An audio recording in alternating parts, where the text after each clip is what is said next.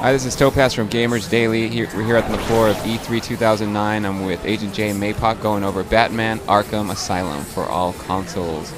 This was probably the game they spent the most money promoting. I mean, there was an entire Asylum built. Oh yeah, and plus it was everywhere. You know, you could go to the specific booth and find it, but then there was also the Microsoft booth had two set up, and the Sony booth had two set up, and yes, there was a Batmobile.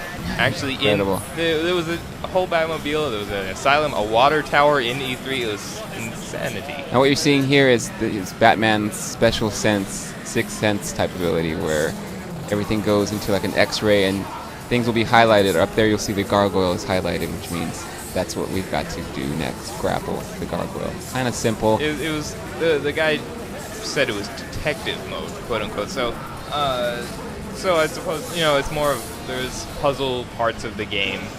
Aside from that, it was an action game. For me, it almost felt cheap, like I don't have to think about anything because I'm always going into detective mode and it's telling me what to do next. And the guy said there's no limit to it either, so it seems kind of like a crutch to me to just always be looking around. But maybe that's not a bad thing, because then it's also optional, right? If you not always, you don't though. have to turn it on. There was actually, that's what I asked him here. For example, there's a crack in the glass, and we can only see it in detective mode, and it's something we have to blow through with explosives. So this is something you'd never see. The crack is not visible to you if you're not in this mode. So it's not just a crutch. It's something. It's not even a crack. It's less integrity in the wall, basically. It's nothing visible even. It's just to show that the wall is not as right. It doesn't hold up. I mean, basic brawler. I mean, it runs on the Unreal 3 engine, just like Gears of War. So it does look visually nice. But I'm the one that played it on the floor, and it felt kind of standard. Sometimes it goes into a slow-mo special move, which seems to be triggered automatically. But I don't see anything here really to set it apart or really to justify the crazy hype this game is getting.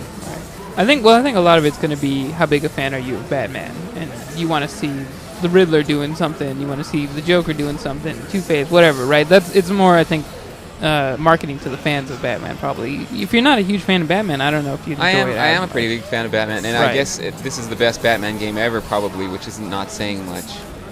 But I like the one on Sega Genesis. I did like the one on Sega Genesis too. That was a lot of fun. Here you see detective mode showing me the 3 heat signatures of the guys, which I'm not sure. And that they have guns. It didn't really help you out too much, though, did it? No, and you can tag someone, say, oh, this is the person I want to hit with my Batarang, which I'm about to do here and fail miserably at. That's why. There we go. This isn't good. There goes Topaz about to Batarang some people. I tagged that first guy. And he's...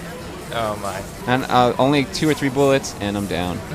I think an important thing to note, too, was lack of nipples on the Batsuit. We did talk about that, about how his nipples should have been much harder. Things just got weird. All in all, an interesting game, but definitely not at the top of my list.